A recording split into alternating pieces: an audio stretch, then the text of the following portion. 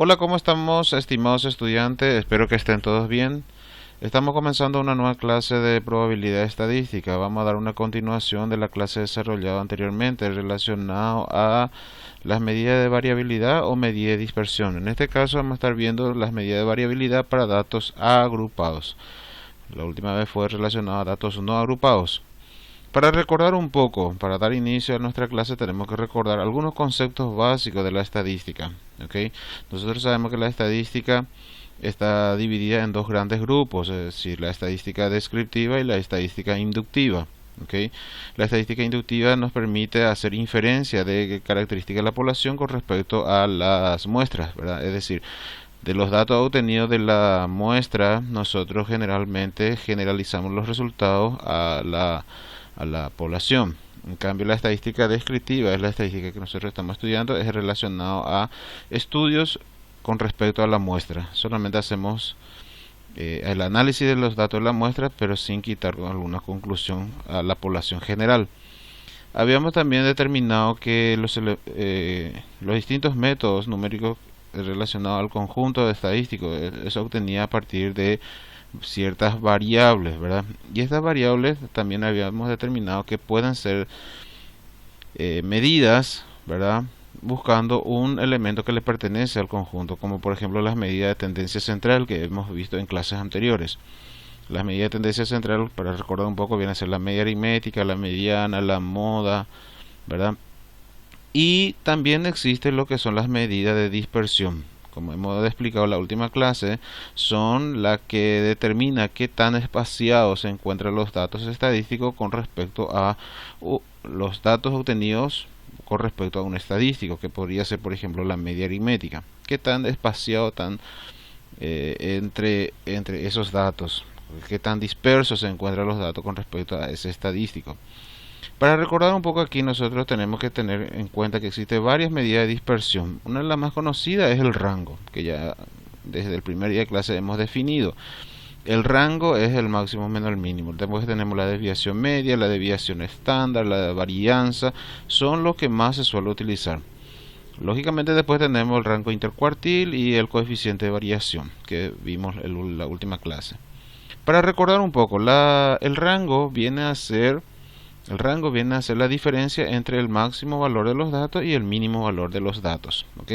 Creo que no hay mucho que explicar esto porque ya hemos desarrollado anteriormente. Entonces, de un conjunto de datos, el máximo valor restando con el mínimo valor es el rango y es una medida de dispersión porque está estableciendo qué tan distante se encuentra entre ellos esos datos.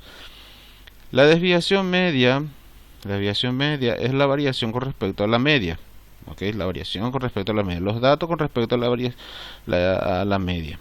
La diferencia con respecto a las últimas clases es que aquí en nuestra fórmula ya aparece ya la frecuencia. Se dan cuenta que tenemos que la f enfrente del paréntesis, ¿verdad? O la f enfrente del valor absoluto. Significa que vamos a estar multiplicando la frecuencia, que vamos a estar obteniendo una tabla de distribución de frecuencia, por la variación de la media, con respecto a los datos, o los datos con respecto a la media. Bueno, acá tenemos un ejemplo que vamos a estar viendo. Dice: a continuación se registra la edad de las personas de apellido González en un barrio de una determinada ciudad. Aquí ya tenemos ya nuestra tabla de distribución de frecuencias ya cargada. Entonces voy a estar explicando así a grandes rasgos lo que tenemos aquí en esta tabla de distribución. Aquí tenemos, por ejemplo, la primera columna representa la variable, que en este caso sería las edades. Me dice que tenemos la edad de 7 a 13 años y acá me indica las frecuencias, que sería la cantidad de personas. Entonces son 3 personas que tienen una edad de 7 a 13 años. Son 9 personas que tienen edad de 14 a 20 años. Son 10 personas que tienen edad de 21 a 27 años y así sucesivamente. ¿Cuántas personas fueron encuestadas? 60 personas. Okay, tenemos nuestra tabla de distribución. Acá tenemos la columna de las marcas de clase. ¿Cómo se obtiene la marca de clase? Que va a ser un valor característico de nuestra variable. La marca de clase se obtiene sumando los límites superior e inferior y dividido con 2. Es decir, 7 más 13 son 20 y 20 y 2 da 10. Entonces aquí tenemos nuestra marca de clase que sería 10. 14 más 20 son 34, 34 dividido 2 da 17. ¿Ok? Eso sería la forma de obtener la marca de clase. Una nueva columna que agregamos aquí para hallar la media aritmética sería f por x. La frecuencia por x, es decir, 3 por 10, 30. 9 por 17, 153 y así sucesivamente. Y luego hacemos la sumatoria. Repito que esto se realiza para hallar la media aritmética. ¿Y por qué tengo que hallar la media aritmética? Porque en la siguiente columna tengo que buscar la variación entre esta marca de clase, que sería la marca representativa de la distribución, con respecto a la media. Bueno, vamos a hallar acá la media. La media sería la sumatoria de f por x, que sabemos que es 1860, perdón, dividido 60, que sería nuestro número de datos. Entonces tenemos 1860, que sería la sumatoria de f por x, dividido n, que sería 60. Nos da 31. Perfecto. Entonces nuestra media aritmética es 31. A partir de aquí ya es solamente seguir la fórmula que aparece acá en el encabezado de nuestra tabla de distribución de frecuencia. Tenemos x menos la media, perfecto, x 10 menos la media, 31, 10 menos 31 da 21, pero acá me dice valor absoluto, 10 menos 31 da negativo 21. El valor absoluto elimina el signo, entonces quedaría como positivo 21. 17 menos 31 da 14, negativo, ¿verdad? Entonces el valor absoluto elimina y da 14 positivo. Bueno, hacemos así sucesivamente. 24 menos 31 da 7, negativo, entonces convertimos en positivo. Y si fuese positivo, ya colocamos como positivo. Una columna más vamos a estar multiplicando la frecuencia, que sería 3, por el valor absoluto de la diferencia de los datos con respecto a la media, que sería 3 por 21. 3 por 21 da 63. 9 por 14 da 126, 10 por 7 da 70 y así sucesivamente. Y sumamos esto. Este es un dato que voy a estar necesitando para hallar la desviación media, 518. Ok, vamos a volver acá. Tenemos entonces nuestra fórmula, que es la sumatoria de la frecuencia por el valor absoluto de la diferencia de los datos con respecto a la media, que sería en este caso 518, ¿verdad? Y voy a dividir con n, que sería 60. Entonces acá tenemos 518 y 60 da 8.63. ¿verdad? En este caso, esta sería nuestra desviación media.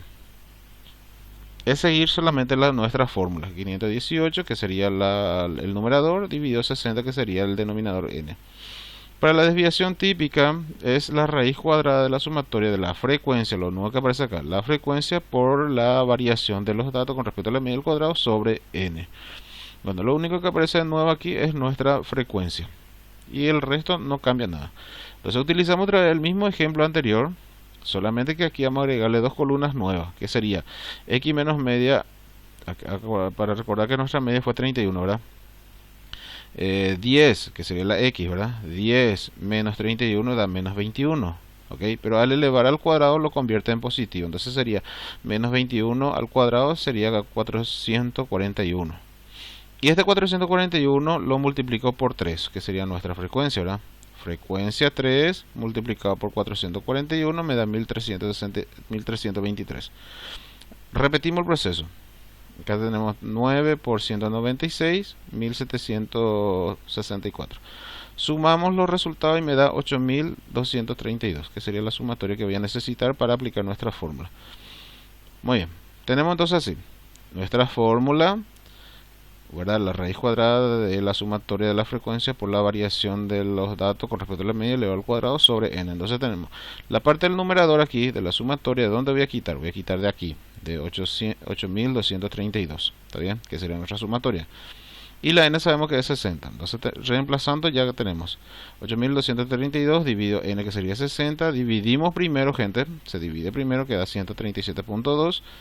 Y su raíz cuadrada sería 11.71. Entonces nuestra desviación típica es igual a 11.71. Ok, vamos a seguir acá. Nuestra varianza sabemos que es. ¿Qué es la varianza? Es el radicando de la desviación típica. O simplemente es elevar al cuadrado la desviación típica. Ok, si acá nosotros aplicamos raíz cuadrada, si acá nosotros le metemos raíz cuadrada, ¿en qué se convierte? Se convierte en la desviación típica, la que dimos hace rato. Y si nosotros le quitamos la raíz cuadrada, ¿en qué se convierte? Se convierte en la varianza. Entonces, ¿la varianza qué sería? La varianza sería el cuadrado de la desviación típica. ¿Okay? O simplemente sería el radicando.